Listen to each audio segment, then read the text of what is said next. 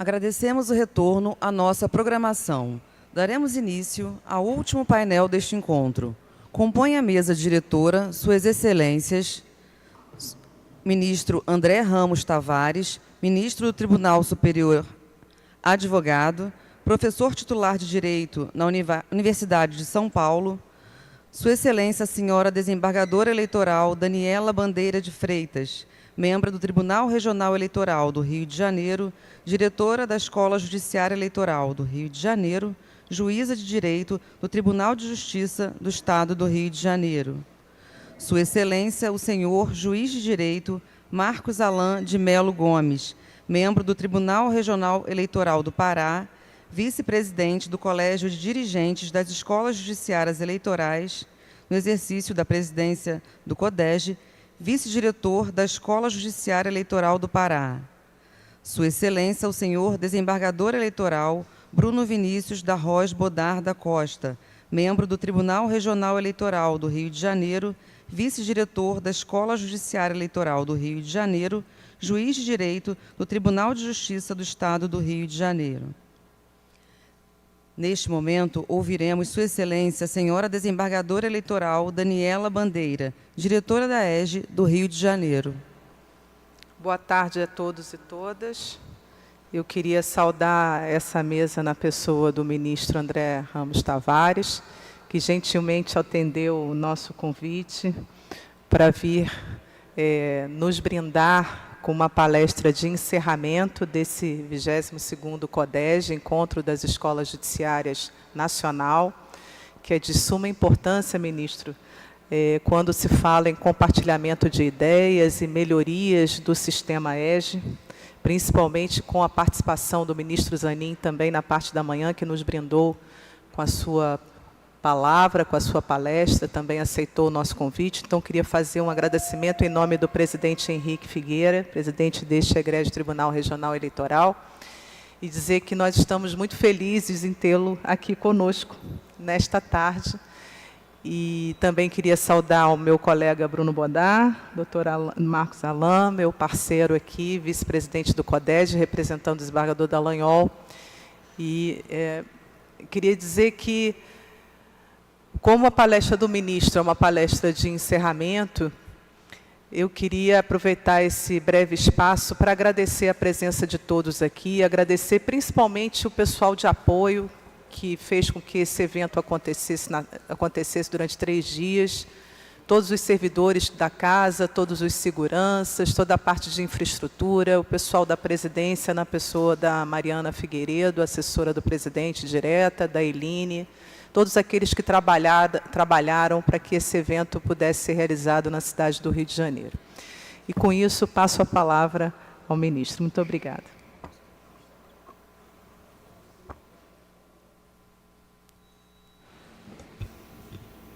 Muito boa tarde a todos e a todas.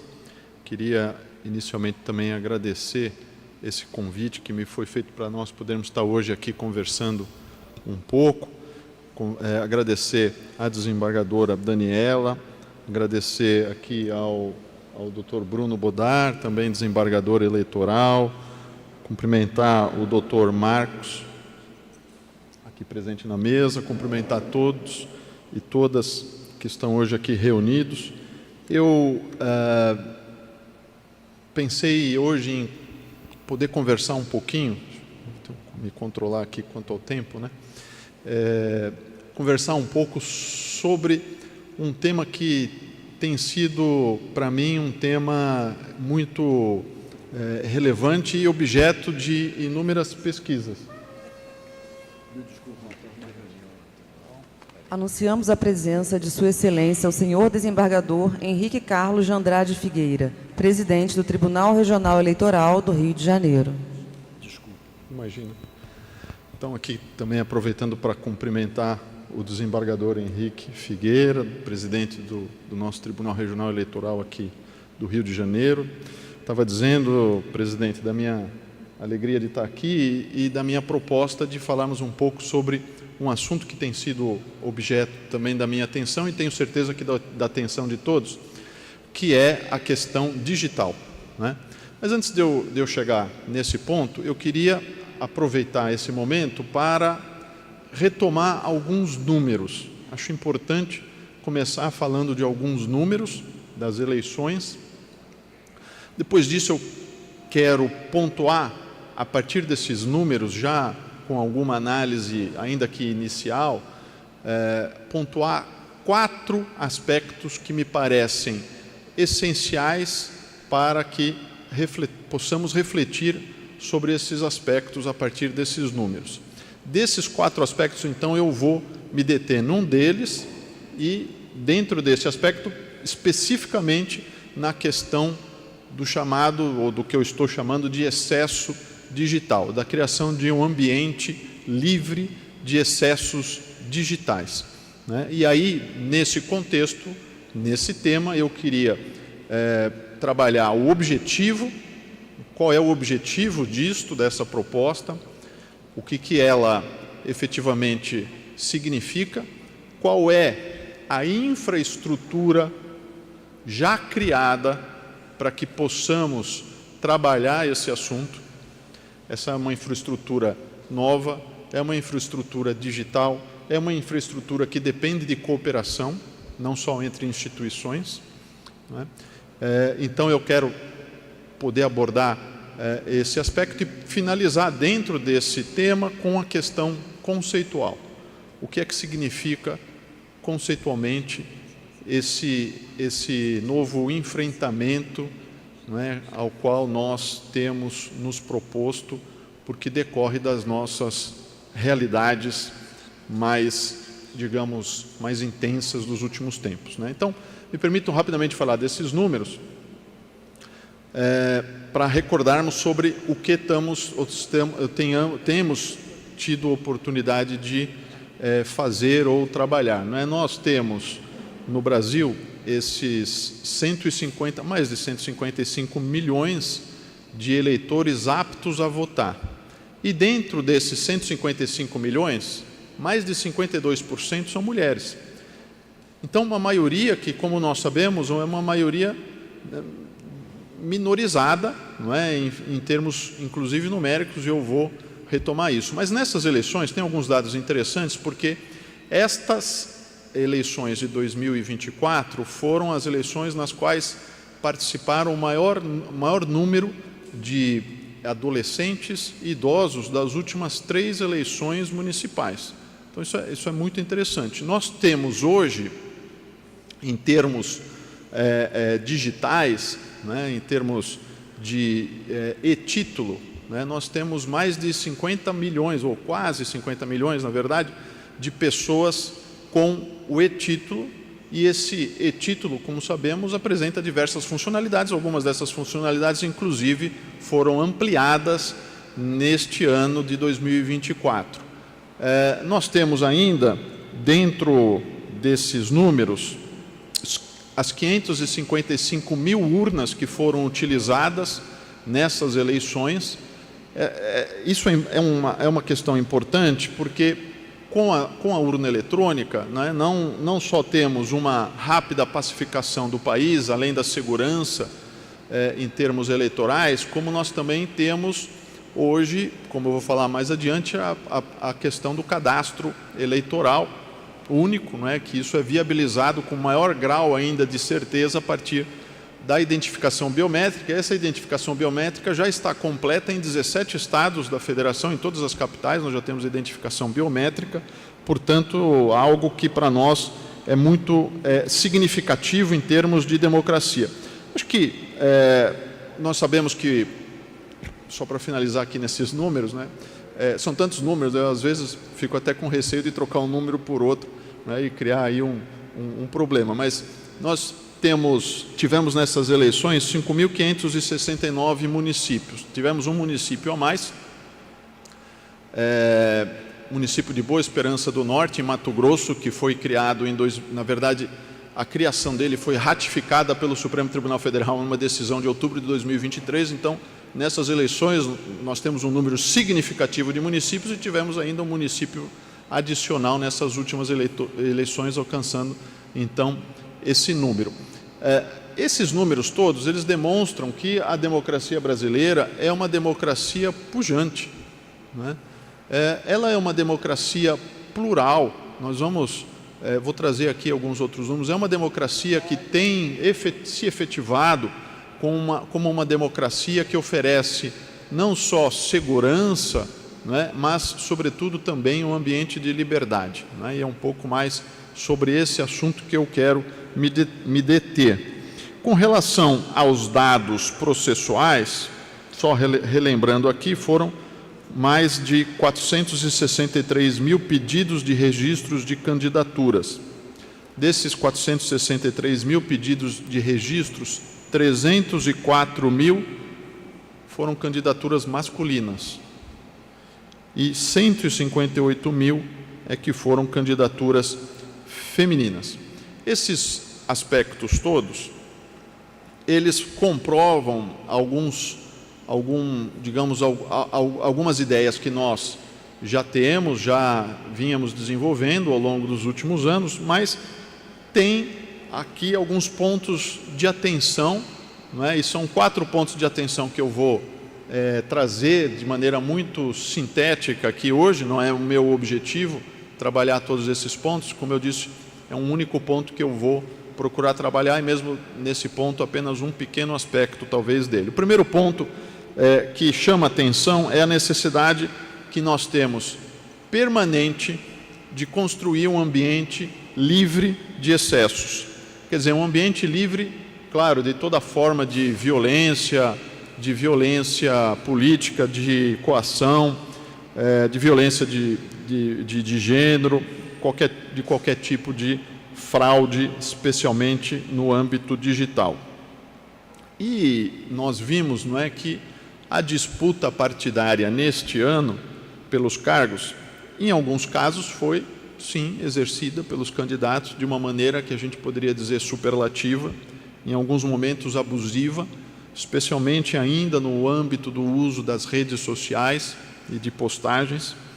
E aqui, não é a atuação da Justiça Eleitoral, que além de ser, em algum sentido, repressiva e preventiva, não é, no caso de fraudes, mas ela é uma atuação que, sobretudo, precisa aprender com a experiência, aprender para as próximas eleições, não é, para um novo ciclo de regulamentação que vai mais adiante aparecer. O segundo ponto, eu depois volto ao primeiro, como eu disse, é a urgência de mecanismos jurídicos capazes de superar a subrepresentação. A subrepresentação, claro, das mulheres, mas também a subrepresentação dos povos originários e de pessoas negras. É preciso acelerar a inclusão plural no exercício do poder, não é?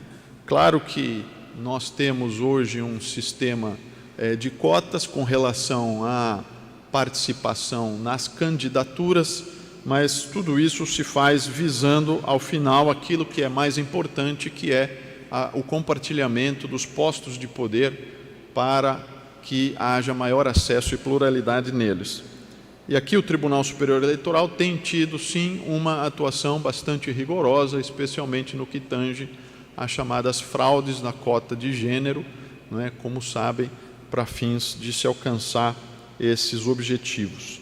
O terceiro ponto que chama atenção aqui é, como eu havia já antecipado, o cadastro eleitoral e a unicidade. A unicidade do eleitor, não é? Isso basicamente se vai ratificando e se tornando cada vez mais seguro com a biometria. Hoje nós temos 129 milhões de pessoas já com biometria ativa no sistema, portanto, quase a totalidade dos eleitores aptos a votar. Por fim, um quarto aspecto, né, que nós estamos hoje nessa etapa, e eu comentava agora há pouco, essa etapa de certificação das candidaturas, certificação dos registros, né, certificação dos resultados das eleições, que é também uma etapa que precisa de uma atuação forte da Justiça Eleitoral, para que isso tudo seja reconhecido, aquilo que há de ser reconhecido, como tendo ocorrido dentro das regras do jogo, dentro das regras eleitorais. Eu comentava, não é, que tem chegado agora nas últimas semanas ao Tribunal Superior Eleitoral um número bem maior, um volume bem grande, né, das disputas relacionadas a essas eleições de 2024. Bom, então eu vou falar do primeiro ponto, especificamente sobre a criação de um ambiente livre de excessos digitais. Qual que é o objetivo dessa criação desse ambiente? O objetivo aqui, todos nós sabemos, é tentar equacionar algo que já não é de hoje, mas que tem sido um assunto ou um conflito que tem se acirrado ao longo do tempo, que é uma certa disputa, um conflito, não é, entre aquilo que eu até tenho chamado de liberdade, uso exponencial de algumas liberdades, sobretudo a tentativa de uso exponencial da liberdade de expressão, de um lado, e a necessidade de se garantir ao eleitor, não é, um espaço livre de qualquer tipo de fraude. Portanto, a necessidade de que tenhamos um controle em determinados espaços durante um certo período, né? E a legislação eleitoral e a Constituição do Brasil exatamente vão nesse sentido, né, da necessidade de que a gente tenha realmente, né, esse tipo de controle, o controle desse espaço, o controle do espaço e num determinado período, desses elementos que a princípio podem parecer estar em conflito, né, e acabam gerando uma série de disputas. Então, assim, o objetivo que nós temos ao buscar a criação desse espaço livre, né, de excessos digitais é exatamente oferecer ao eleitor um ambiente de liberdade, né, um ambiente de liberdade de escolhas livres, de escolhas baseadas em decisões que não sejam fundamentadas em falsidades ou em desinformação. E eu tenho sempre lembrado que, apesar da liberdade de expressão ser um direito fundamental, apesar da fundamentalidade da liberdade de expressão, né, ela, todos nós já sabemos, não é um direito absoluto, nunca foi. Nós nunca, em nenhum momento, estabelecemos conceitualmente a liberdade de expressão acima das demais, e muito menos como algo absoluto. Mas isso não quer dizer que se queira retirar a liberdade de expressão ou reduzir a liberdade de expressão. A liberdade de expressão, ela, naquilo que a caracteriza no seu núcleo central, não é? Ela é algo extremamente importante para a nossa democracia, né? Mas se nós pegarmos, eu sempre falo isso, e aliás eu falo isso no meu curso de Direito Constitucional desde a primeira edição, né?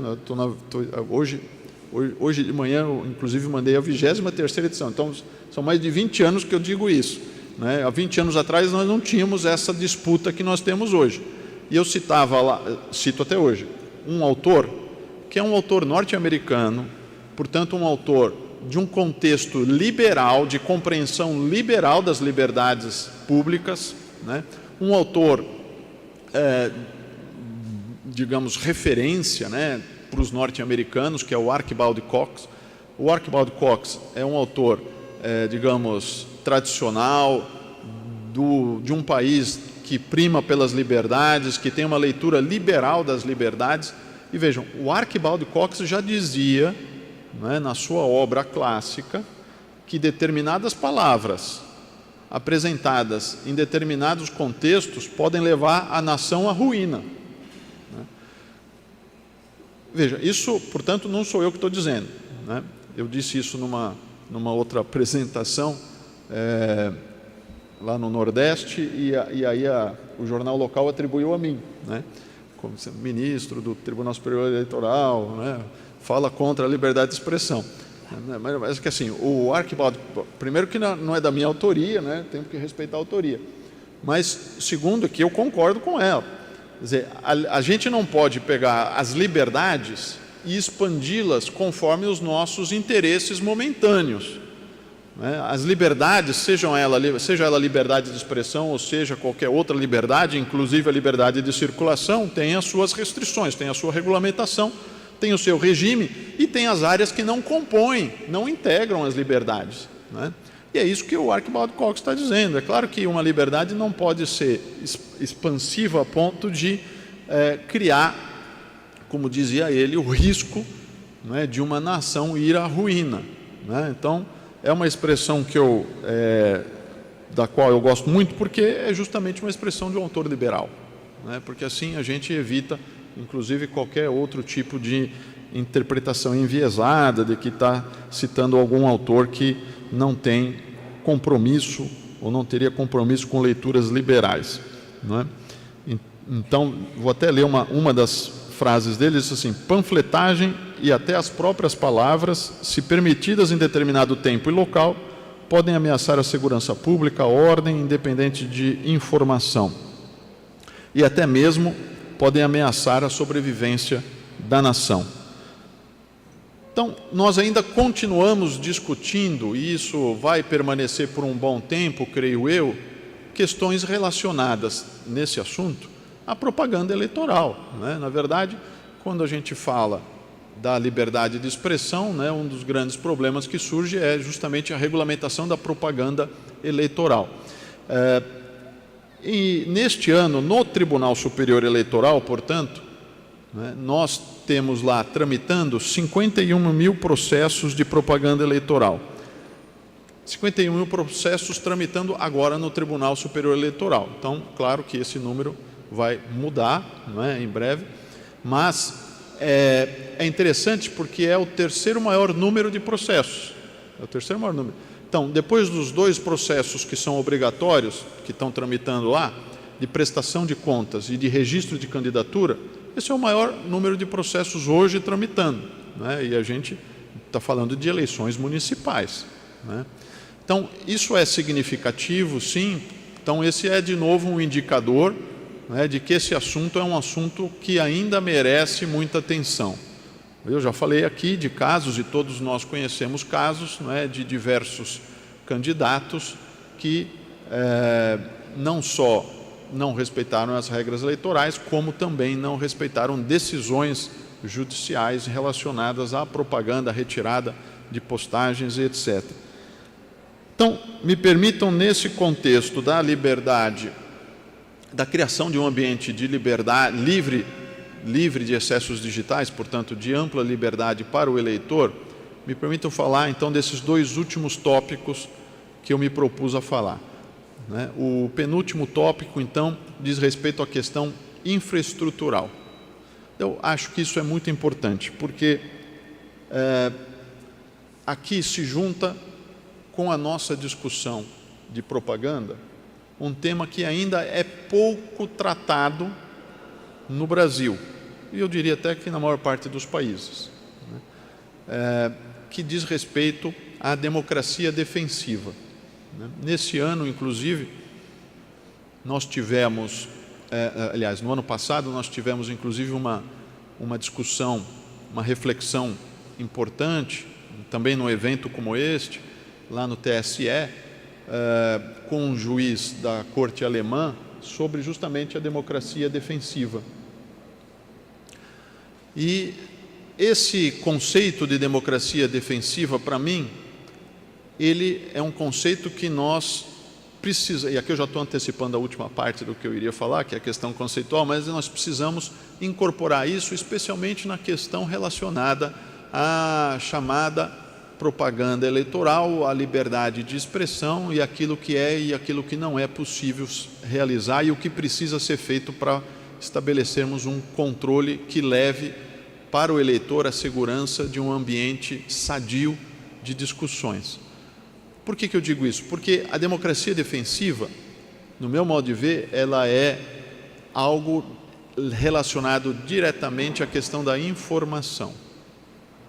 Se nós olharmos para a Alemanha, por exemplo, a Alemanha trabalha com a questão da democracia defensiva, estabelecendo uma rede né, de instituições que fazem, sim, acompanhamento das informações, do fluxo de informações, do que está acontecendo, para poder, inclusive, dentro dessa rede, oferecer contra-informação no sentido da informação verdadeira, no sentido da informação que esclarece e da informação que indica o que é errado e o que é mentiroso. Então, é preciso, como acontece em outros países, de criar um sistema de controle nacional para a defesa da democracia, né? Que é um sistema, repito, insisto, não é esse o meu objetivo hoje, tratar desse assunto, mas é um sistema basicamente lastreado na questão da informação, no fluxo de informações. É um sistema que precisa de instituições e instrumentos capazes de identificar o que é que está acontecendo no fluxo de informações da sociedade. Então é algo muito diferente daquilo com o qual nós estamos acostumados, né? Se a gente pegar digamos, o que a gente mais discute ou discutiu no direito, né, que seria talvez mais próximo e que muitos ainda tentam continuar fazendo uma aderência a esse assunto, que é o controle de constitucionalidade. Nós estamos fazendo controle de constitucionalidade aqui também, né, porque a Constituição é contrária à desinformação, ela não tutela a informação falsa, ela não tutela a liberdade de expressão em determinadas situações. É verdade, mas nós estamos falando de uma outra coisa. Nós estamos falando, portanto, de um outro tipo de mecanismo, de um outro tipo de rede de controles que é necessária, de instituições próprias que buscam exatamente realizar a defesa da democracia girando em torno da questão da informação. E, portanto, já tendo antecipado o meu último ponto, vou falar da questão da infraestrutura já criada com essa finalidade, né? Eu acho que o que mais ficou famoso, talvez, dentro desse contexto, foi a criação de uma comissão, de uma Procuradoria de Defesa da Democracia no âmbito da AGU. Essa talvez tenha sido, vamos dizer assim, um mecanismo que se notabilizou mais na mídia, né, e que foi amplamente criticado, a gente sabe, mas que na realidade, e eu até tive a oportunidade de participar da apresentação dos 2 anos de resultados dessa novidade na AGU, não é? E realmente foi algo muito importante e vai num caminho também muito importante e legítimo de defesa da democracia. Mas, insisto, não é o único mecanismo que foi criado com essa finalidade de se integrar a um sistema de defesa da democracia. Quer dizer, esse sistema de defesa da democracia, que em outros países está certamente não só mais avançado, mas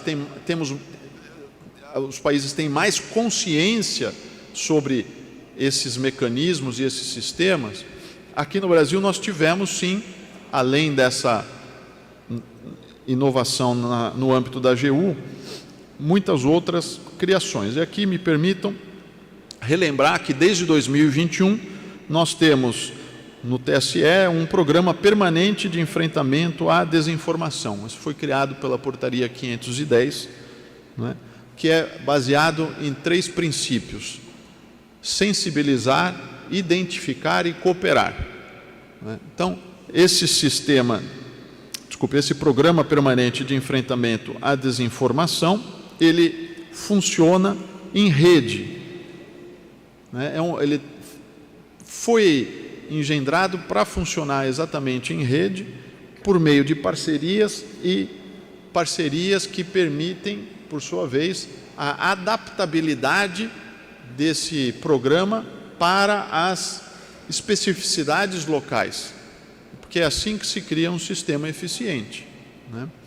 Nós tivemos ainda a criação, eu tive a oportunidade de participar da criação do CIED, o Centro Integrado de Enfrentamento à Desinformação e Defesa da Democracia, CIED, no âmbito do Tribunal Superior Eleitoral. Isso foi na presidência do ministro Alexandre de Moraes, que também teve na sua gênese a perspectiva de atuação em rede, e aí atuação em rede com os tribunais regionais eleitorais e, sobretudo, com a criação de um repositório, não é, que permanece e está disponível, né, das principais decisões sobre o que constitui fake news e o que constitui mentira ou desinformação, já em âmbito decisório final, para fins de um rápido enfrentamento pelo sistema como um todo.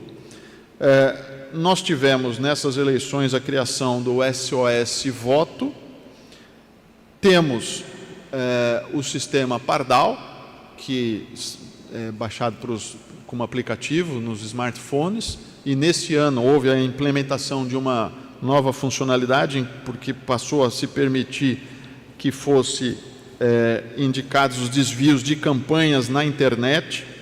Nós temos, funcionando já há algum tempo, e também continua funcionando nessas eleições, a homepage Fato ou Boato, não é? Que integra, ou melhor, que é integrada por uma coalizão de instituições para fins de checagem de informação. Então, há uma frente de combate à desinformação, são mais de 70 instituições que atuam aqui com esse objetivo. E temos o SIAD, o Sistema de Alertas de Desinformação Eleitoral, que serve também para encaminhar aqui nesse ano, de junho até outubro desse ano, por meio do SIAD. Claro, o sistema faz uma triagem, né? Foram recebidos 5.250 alertas e o TSE encaminhou aos TREs, depois de uma triagem, 1.287 alertas de desinformação e para as plataformas 2.127 alertas. E aqui eu aproveito para passar para, dentro desse tópico, para as plataformas. Essa infraestrutura, a gente está falando aqui de criação de uma infraestrutura também digital, de combate à desinformação. Essa infraestrutura digital faz parte desse sistema de defesa da democracia. E é preciso que a gente se acostume com isso, que a gente compreenda essa contextualização para que a gente consiga alcançar melhores resultados e aprimorar, claro, o sistema, porque qualquer sistema é passível de aprimoramento, né? E também não estou dizendo que não haja benefícios pelo uso das tecnologias digitais. Claro que há diversos benefícios, né? As tecnologias digitais, inclusive nessas eleições, foram utilizadas por muitos candidatos num sentido bom, né? Num sentido adequado e útil, né? Muitos candidatos receberam e trabalharam sugestões a partir de inteligência artificial, muitos candidatos ofereceram propostas trabalhando com inteligência artificial, enfim, nós tivemos muitos benefícios, inclusive em termos de divulgação de informações, né? E aí eu aproveito para entrar, então, na questão das plataformas. Em termos de era digital, não é mais possível trabalharmos com resultados para uma eleição que tem números superlativos sem a presença das plataformas, que são empresas privadas, que são empresas que nós antigamente chamávamos de multinacionais, né? Ultimamente nós trocamos essa palavra por plataforma, né? Mas são multinacionais. Essas empresas multinacionais, elas são absolutamente necessárias, as parcerias se tornam absolutamente cruciais. Então vejam só, eu já vou me encaminhando aqui dentro do meu tempo para a finalização. Nós tivemos parcerias com YouTube Meta, Quai, LinkedIn, Telegram, X Brasil, TikTok. Por exemplo, o X Brasil firmou em agosto, né, lembrando que o X Brasil chegou a ficar suspenso nesse ano, né, por alguns dias, né, uma semana por aí.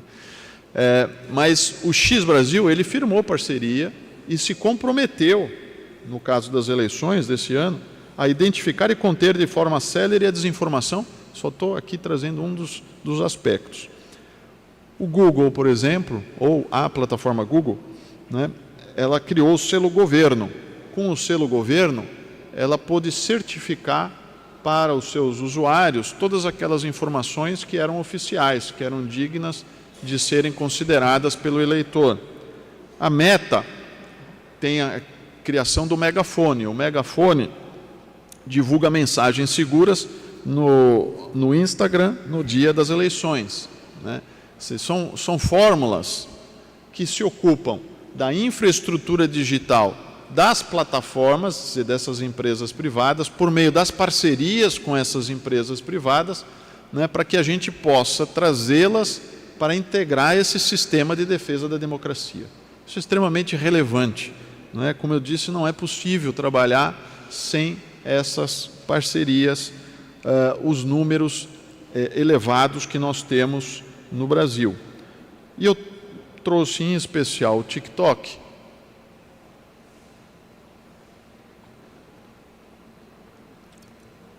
para analisar exatamente isso que eu estou dizendo com os números do TikTok. Vocês sabem que o TikTok ele não permite propaganda eleitoral, ele não permite, né, que políticos e partidos políticos possam anunciar na sua rede e muito menos monetizar, né? O TikTok criou uma etiqueta também, né, assim como o Google criou lá um selo governo, ele criou a etiqueta eleições, e com isso também ele certificou para o seu usuário, não é, tudo aquilo que era seguro de ser considerado pelo eleitor.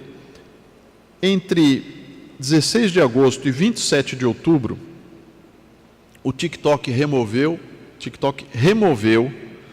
101.674 vídeos, 101.000 vídeos identificados como violadores de políticas relacionadas às eleições. Ou seja, integridade cívica, eleitoral, desinformação, mídia editada e conteúdo gerado por inteligência artificial para fins eleitorais. Só para a gente, então, comparar, nas eleições de 2022, o TikTok tinha removido 66.000 vídeos. Nessas eleições foram mais de 101.000 vídeos. Desses, 99,4% desses vídeos foram detectados pela própria plataforma voluntariamente. Claro que com uso de inteligência artificial, né? E 73% foram removidos desse total de vídeo, 73% foram removidos sem que tivessem tido uma única visualização. Então, por que eu estava falando que é necessária a colaboração das plataformas? Porque com esses números, eu estou falando só de uma plataforma que os seus usuários sabem que ela nem permite anúncio político ou partidário, né? Em uma única plataforma foi necessário remover 101 vídeos com infração eleitoral durante o processo eleitoral brasileiro. Isso só é possível graças à inteligência artificial. Isso demonstra, inclusive, algo que muitos ainda querem insistir que não é possível e que é possível, que é a inteligência artificial identificar com acurácia aqueles vídeos ou aquelas postagens que realizam uma infração em termos da legislação eleitoral, né? Então isso é para mim, muito importante. Isso aconteceu nas eleições de 2022 também, não é, com a maioria das plataformas. O TikTok cumpriu 154 ordens judiciais para remover 225 links. E o guia das eleições, que o TikTok elaborou em parceria com o TSE, era um link que guiava o usuário do TikTok para as páginas do Tribunal Superior Eleitoral, para fins de esclarecimento. O que interessa aqui? Saber o seguinte: quantas pessoas acessaram esse link que o TikTok disponibilizou como guia das eleições para fins de melhorar o ambiente de informação no Brasil?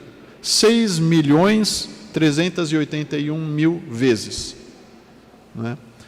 Então, isso, para mim, demonstra como é, primeiro, necessário que nós hoje tenhamos que trabalhar com uma infraestrutura digital.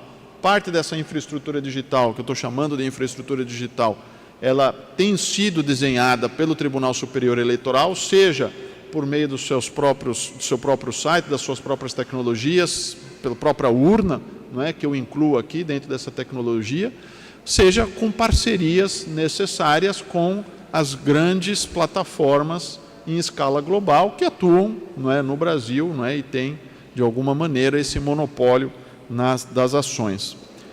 E para finalizar, então, como eu já antecipei, o último ponto que eu queria trabalhar era a questão conceitual, não é?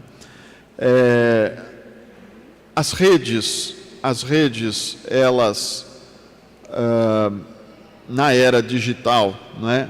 Nós lidamos com as redes basicamente como novidade, né? Ainda enfrentamos as redes como sendo um elemento novo para nós. E alguém vai dizer assim, não, mas as redes já não são mais novas. Mas é que o modelo de funcionamento das redes, ele continua sendo o que ele era lá no início. Em boa medida, ele continua sendo ainda o que ele era lá no comecinho, uma incógnita.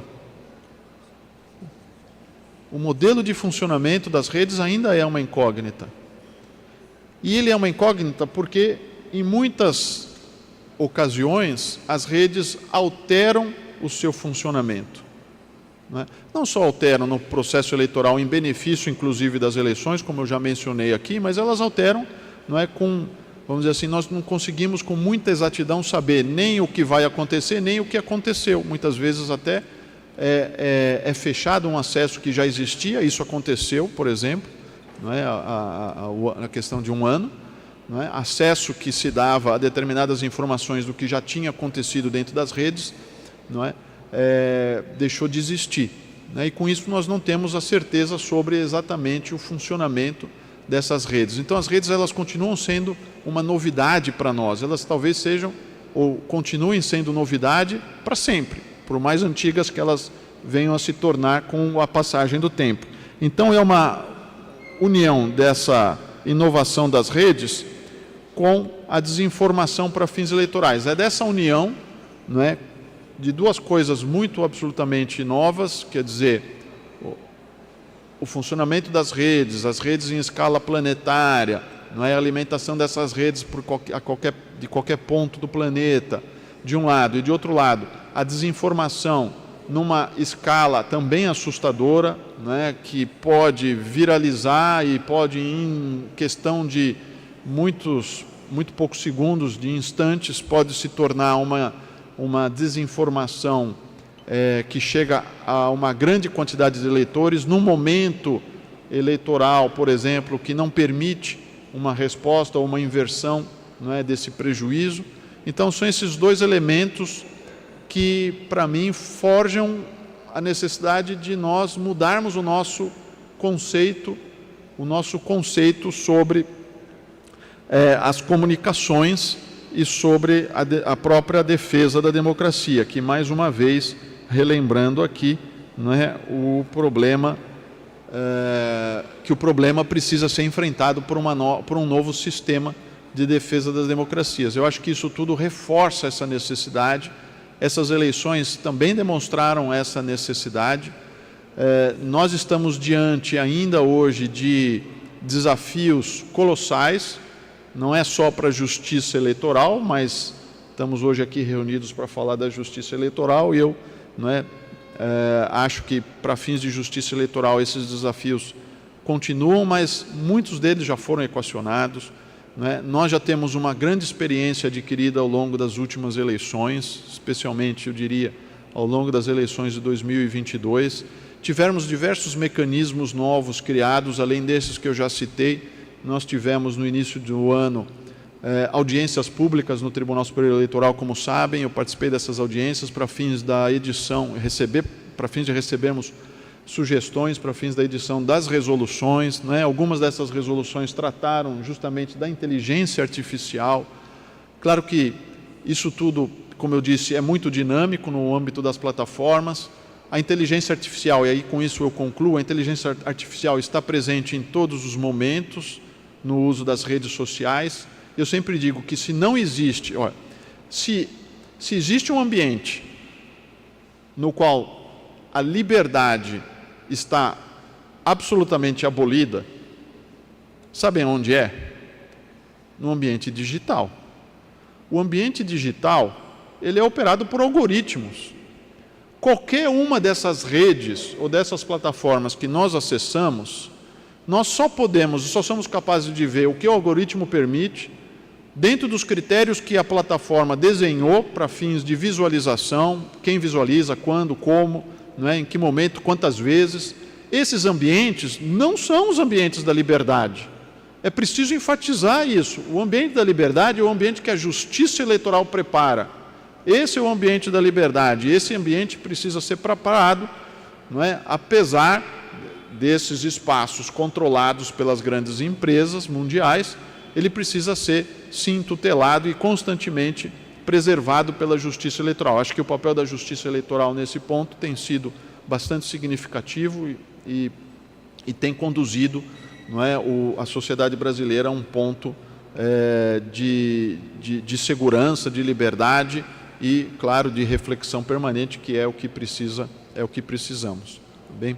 Bom, acho que eram algumas poucas palavras aqui nesse nosso encontro, só para tentar trazendo alguns números e algumas realizações, não é? Tentar construir esse cenário que, para mim, continua sendo o cenário onde todos nós estamos nos incluindo cada vez mais, né? Seja como cidadãos, seja, obviamente, aqui como magistrados, que é o cenário da defesa da democracia, de instituições fortes, da institucionalidade, né? da liberdade com informação verdadeira e, portanto, a tutela, não é, desses espaços para que o eleitor tenha a segurança que ele precisa. É isso. Obrigado pela atenção de todos.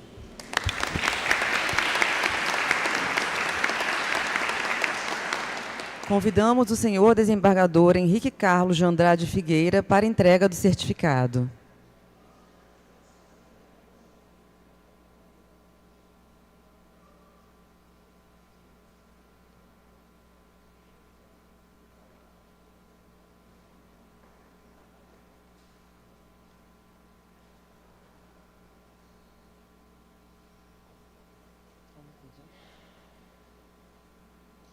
Neste momento, será exibido um vídeo com a participação de Sua Excelência, o senhor ministro Benedito Gonçalves, ministro do Superior Tribunal de Justiça, presidente do Conselho Superior da Escola Nacional de Formação e Aperfeiçoamento de Magistrados, Diretor-Geral da Justiça Eleitoral nas eleições gerais de 2022.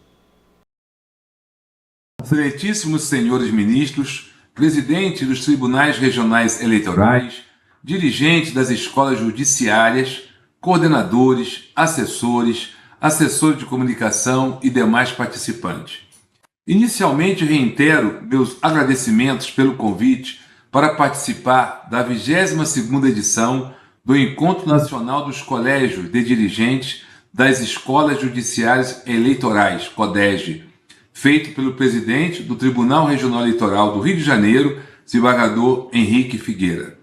Em nome de quem saúdo as demais autoridades e todos os responsáveis pela realização deste evento.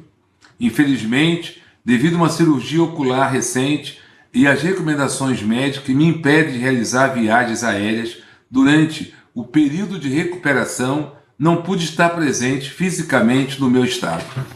No entanto, faço questão de participar remotamente, pois considero este evento um marco crucial para discutirmos pilares fundamentais para a nossa democracia.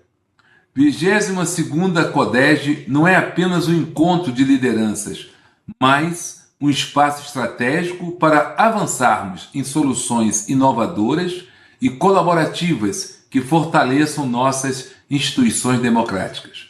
Vivemos tempos desafiadores em que educação e conhecimento tornam-se pilares indispensáveis para a preservação de nossa democracia. Nesse contexto, as escolas judiciárias eleitorais desempenham um papel central. Elas não apenas formam servidores e magistrados, mas também promovem a cidadania e a conscientização do eleitorado. Este trabalho é crucial para combater a desinformação, aumentar a confiança nas instituições e assegurar eleições justas e transparentes. Este fórum é um espaço privilegiado para a partilha de ideias, de experiências bem-sucedidas em prol da construção de soluções conjuntas. Tenho certeza de que as discussões que realizadas terão impacto direto na qualidade do serviço prestado à sociedade. As escolas judiciárias e a justiça eleitoral compartilham a missão de promover um sistema de justiça eficiente, imparcial e democrático.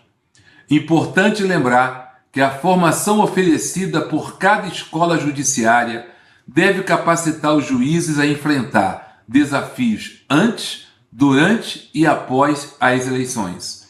Isso inclui o domínio das normas eleitorais, a compreensão das dinâmicas políticas e, mais recentemente, a habilidade de lidar com a crescente influência das tecnologias digitais no processo eleitoral. A integridade e a rapidez nas respostas às ameaças à democracia, como a disseminação de desinformação, são cruciais. Outro ponto essencial é a promoção da equidade de gênero e raça na magistratura e no sistema eleitoral. Historicamente, mulheres e pessoas negras têm sido subrepresentadas, tanto no judiciário quanto na política. Um judiciário mais diverso resulta em uma justiça eleitoral mais sensível às demandas de diferentes grupos da sociedade. Essa representatividade é fundamental para garantir um processo verdadeiramente democrático. O compromisso da justiça eleitoral é claro: assegurar que a vontade popular seja respeitada e que o processo democrático seja legítimo. Para isso, ela precisa continuar se adaptando às novas demandas de uma sociedade em constante transformação. Quero aproveitar este momento para expressar minha profunda admiração e agradecimento pelo trabalho que cada um de vocês realiza em suas respectivas instituições. Sei que os desafios são muitos, mas também sei que juntos temos a capacidade de enfrentá-los com determinação, ética e profissionalismo. E é graças ao empenho profissionais de cada um de vocês que continuaremos a cumprir nossa missão de garantir que cada cidadão e cidadã tenha sua voz respeitada e seu voto valorizado. Encerro minhas breves palavras com uma mensagem de esperança e confiança. A justiça eleitoral brasileira tem sido, ao longo de sua história, um pilar de estabilidade e progresso. Muito obrigado.